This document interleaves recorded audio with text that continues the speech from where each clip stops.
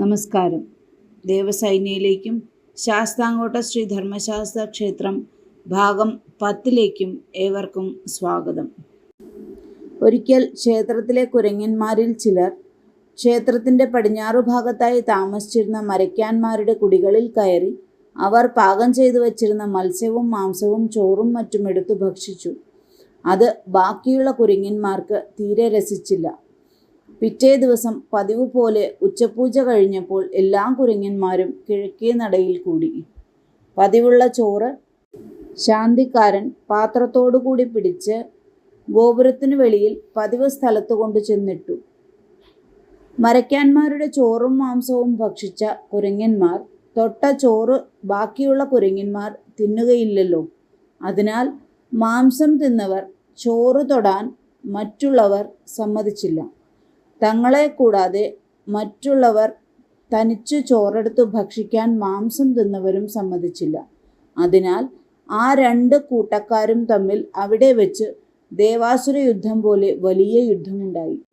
ഒടുക്കം രണ്ടു കൂട്ടർക്കും ഊണ് കഴിക്കാൻ സാധിച്ചില്ല. ചോറ് അവിടെ കിടന്ന് വെറുതെ പോയി. അങ്ങനെ രണ്ടു കൂട്ടരും തമ്മിൽ ഏകദേശം 1 മാസത്തോളം കാലം യുദ്ധമുണ്ടായി. അത്രയും കാലം അവർക്കുണ്ടായിരുന്ന ചോറ് വെറുതെ പോയതിനാൽ അക്കാലം മുതൽ ആ ചോറും നിർത്തലായിപ്പോയി. എങ്കിലും കുരങ്ങന്മാർക്ക് പതിവുണ്ടായിരുന്ന ചോറും മത്സ്യങ്ങൾക്ക് പതിവുണ്ടായിരുന്ന അരിയും ആണ്ടിലൊരിക്കൽ 10ാമതേ ദിവസം ഇപ്പോഴും കൊടുത്തു വരുന്നുണ്ട്. മറ്റുള്ള ദിവസങ്ങളിൽ സ്വാമി ദർശനത്തിനായി അവിടെ ചെല്ലുന്നവർ വല്ലതും കൊടുത്തെങ്കിൽ മാത്രമേ കുരങ്ങന്മാർക്കും ഏട്ടകൾക്കും ഇപ്പോൾ ആഹാരത്തിന് മാർഗമുള്ളൂ. എങ്കിലും വഴിപാടുകാർ ഇപ്പോഴും അവിടെ ധാരാളമായി വന്നുകൊണ്ടിരിക്കുന്നതിനാൽ അവർക്ക് ഒരു ദിവസവും ആഹാരത്തിന് മുട്ടുവരുന്നില്ല.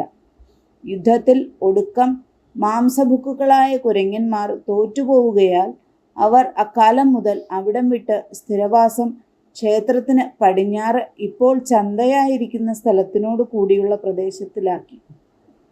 അതിനാൽ വഴിപാടായി ലഭിക്കുന്ന ചോറും പഴവും മറ്റും മാംസഭോജികളല്ലാത്ത വാനരന്മാർക്ക് ഇപ്പോൾ നിർബാധമായി ഭക്ഷിക്കാം.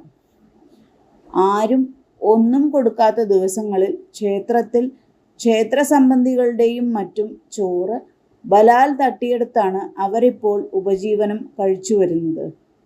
അവർ ആ ക്ഷേത്ര സന്നിധി വിട്ട് എങ്ങും പോകാറില്ല.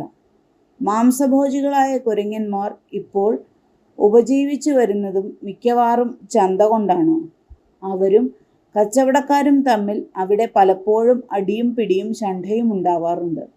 വലിയ രാജാക്കന്മാരോ പ്രഭുക്കന്മാരോ സ്വാമി ദർശനത്തിനായി ശാസ്താംകോട്ടയിൽ ചെന്നാൽ അന്ന് മാംസഭുക്കുകളായ കുരങ്ങന്മാരും ക്ഷേത്രസന്നിധിയിൽ വന്നു ചേരും. എങ്കിലും അവർ ക്ഷേത്രത്തിൽ കടക്കാറില്ല. ഭ്രഷ്ടന്മാർക്ക് ക്ഷേത്രം പാടില്ലല്ലോ. ഇപ്പോൾ രാജാക്കന്മാരുടെയും മറ്റും വഴിപാടായി 2 കൂട്ടം കുരങ്ങന്മാർക്കും ചോറോ പഴമോ കൊടുക്കുന്നുണ്ടെങ്കിൽ വെവ്വേറെ 2 പാത്രങ്ങളിലാക്കി കൊടുക്കണം. എന്ന് മാത്രമല്ല, മാംസഭുക്കുകളല്ലാത്ത കുരങ്ങന്മാർക്ക് ആദ്യം കൊടുക്കുകയും വേണം. അത് മറ്റവർക്ക് കൊടുക്കുന്നതിലധികം ഉണ്ടായിരിക്കുകയും വേണം.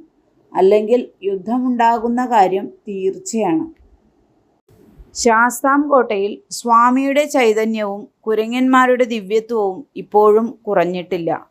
ഇക്കാലത്തും അവിടെ ദർശനത്തിനായിട്ടും ഭജനത്തിനായിട്ടും പ്രതിദിനം അസംഖ്യം ആളുകൾ വരുന്നുണ്ട്. അവിടെ ഭജനമിരുന്നാൽ ഒഴിയാത്ത ബാധയും ഭേദമാകാത്ത രോഗവും വഴിപാട് പ്രാർത്ഥിച്ചാൽ സാധിക്കാത്ത കാര്യവുമില്ല. മനുഷ്യർ നിവസിക്കുന്ന ഗൃഹങ്ങളിലും മറ്റും ചിലപ്പോൾ ഉറുമ്പിൻ്റെ ഉപദ്രവം കലശലായി തീരുന്നത് സാധാരണമാണല്ലോ. ആ അവസരങ്ങളിൽ നാഴി അരിയിൽ ഒരു നാളികേരം ചിരകിയിട്ടിളക്കി ഏട്ടകൾക്ക് കൊടുത്താൽ ഉറുമ്പിൻ്റെ ഉപദ്രവം നിശേഷം നീങ്ങിപ്പോവും.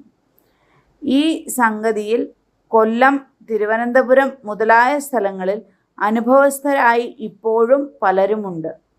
ഉറുമ്പിൻ്റെ ഉപദ്രവം ശമിക്കാനായി ഇപ്പോഴും പലരും ഇപ്രകാരം ചെയ്തു വരുന്നുമുണ്ട്. ഇവയ്ക്കെല്ലാം ദൃഷ്ടാന്തങ്ങളായിട്ട് അനേകം ഐതിഹ്യങ്ങളുമുണ്ട്. കുരങ്ങന്മാരുടെ മാഹാത്മ്യം സംബന്ധിച്ച് അസംഖ്യം കഥകൾ ഇനിയും പറയാനുണ്ട്. വിസ്താര ഭയത്താൽ അവയൊന്നും ഇവിടെ വിവരിക്കുന്നില്ല. നന്ദി, നമസ്കാരം.